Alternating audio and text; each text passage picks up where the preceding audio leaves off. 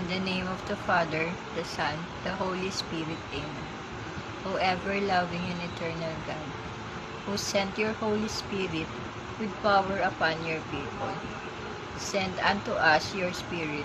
Let your Spirit be in our mind to guide our thoughts toward truth, in our heart to cleanse them from every evil and unclean desire, upon our lips to preserve us from all wrong speaking, and to help us by our word to commend you unto others, upon our eyes that they may find no delight in looking on forbidden things, but that they may be fixed on you, upon our hands that they may be faithful in work and eager in service.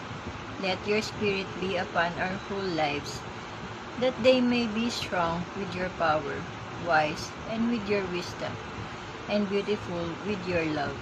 Through Jesus our Lord. Amen.